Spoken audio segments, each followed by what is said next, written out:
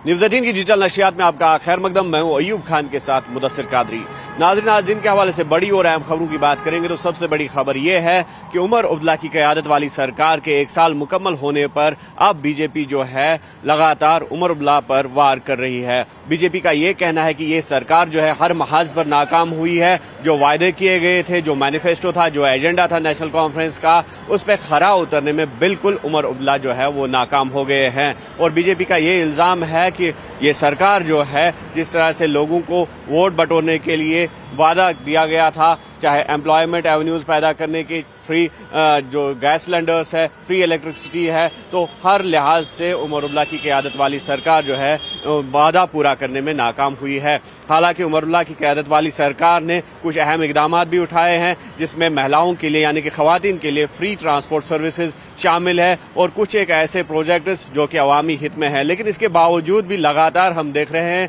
कि बीजेपी इस सरकार पर वार कर रही है और आज 1 साल मुकम्मल होने पर लगातार अब देख रहे हैं कि बीजेपी ने पोस्टर्स भी इजरा किए हैं और जो समाजी राब्ता साइट से, चाहे फेसबुक की बात करेंगे, एक्स की बात करेंगे, तो वहां पे ट्वीट्स या पोस्ट किए जा रहे हैं और वहां बीजेपी लीडरान जो है लगातार इल्जाम लगा रहे हैं कि उमर अब्दुल्ला की क़यादत वाली सरकार पूरी तरह से अवामी उम्मीदों पर खरा उतरने में नाकाम हुई है।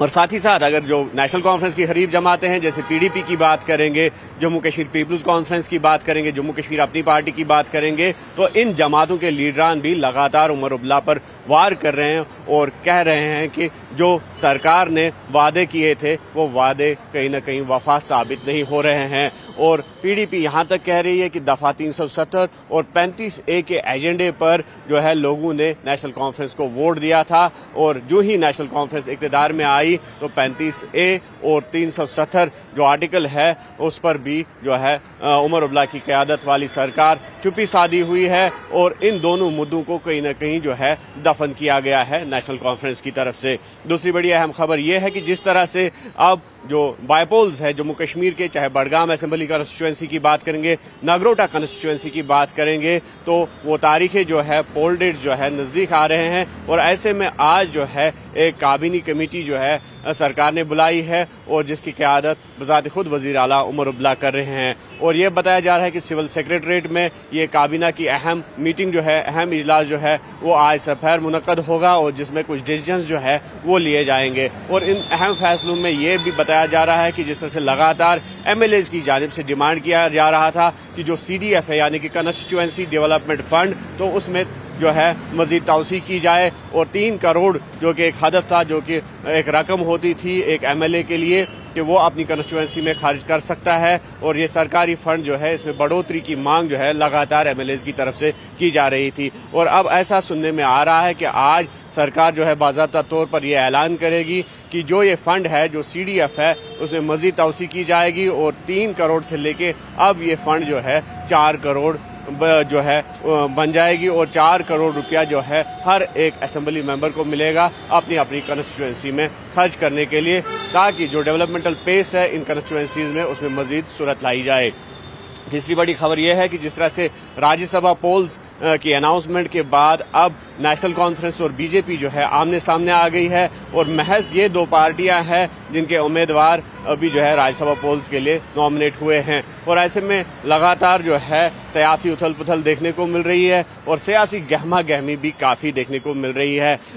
जिस तरह से जम्मू कश्मीर पीपल्स कॉन्फ्रेंस के जो चेयरमैन है सजाद गनी लोन, तो उन्होंने ये वाज़ह कर दिया कि वो नेशनल कॉन्फ्रेंस के हक में वोट नहीं देंगे और साथ ही साथ उन्होंने ये भी कहा कि बीजेपी को भी वो वोट नहीं देना चाहते हैं और इसलिए वो पोलिंग से, जो कि पोल प्रोसेस है, वोटिंग अमल है राज्यसभा इलेक्शंस के लिए, उससे एब्सटेन करेंगे, यानी कि वो उसमें शिरकत नहीं करेंगे। और इस हवाले से जिस तरह से नेशनल कॉन्फ्रेंस की जो क़यादत है तो उनकी जानिब से रिएक्शंस आ रहे हैं और बज़ात खुद वज़ीर आला उमर अब्दुल्ला ने बोला कि सजाद गनी लोन का वोटिंग से एब्सटेन करना, उससे गैर हाजिर रहना यकीनी तौर पर बीजेपी को फ़ायदा देने की एक कोशिश है और उससे बीजेपी को ही फ़ायदा पहुंचेगा। اور عمر عبداللہ نے اپیل کی ہے کہ جس طرح سے لائک مائنڈڈ پارٹیز ہے، چاہے پی ڈی پی کی بات کریں گے یا پھر جو دیگر انڈیپینڈنٹ ایم ایل ایز ہیں ان کی بات کریں گے، تو ان سے اپیل کی گئی کہ وہ بی جے پی کو دور رکھنے کے لیے نیشنل کانفرنس کے امیدواروں کے حق میں ہی ووٹ دے، تاکہ راجیہ سبھا کے لیے نیشنل کانفرنس کے امیدوار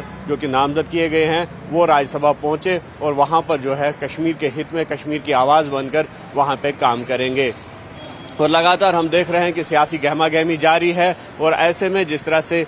جو جموں کشمیر پیپلز کانفرنس کی بات کریں گے یا پھر دیگر جو جماعتیں ان کی بات کریں گے، پی ڈی پی کی بات کریں گے، تو ان کی طرف سے ایک واضح اشارہ ملا ہے کہ وہ جو بائی پولز ہیں آنے والے، تو اس میں وہ اپنے اپنے امیدوار جو ہیں وہ کھڑا کر سکتے ہیں۔ اور جس طرح سے جموں کشمیر اپنی پارٹی کی بھی بات کریں گے تو سعید الطاف بخاری کا بھی کہنا ہے کہ وہ ان انتخابات میں اپنے اپنے امیدوار جو ہیں وہ کھڑا کریں گے۔ بہرحال یہ دیکھنے والی بات ہوگی کہ اب حالات کس طرح جو ہے کون سا رخ لیتے ہیں اور کس طرح سے یہ سیاسی اتھل پتھل جو ہے وہ کس طرح سے آگے آنے والے دنوں میں دیکھنے کو ملے گی، کیونکہ جو بائی پولز کی تاریخ جو ہے وہ نزدیک آئے گی تو ایسا لگ رہا ہے کہ مزید جو یہاں پہ سیاسی حرارت ہے وہ دیکھنے کو مل سکتی ہے۔ مزید اپڈیٹس اور خبروں کے لیے آپ دیکھتے رہے نیوز 18 JKLH اور ہمیں دیجیے اجازت۔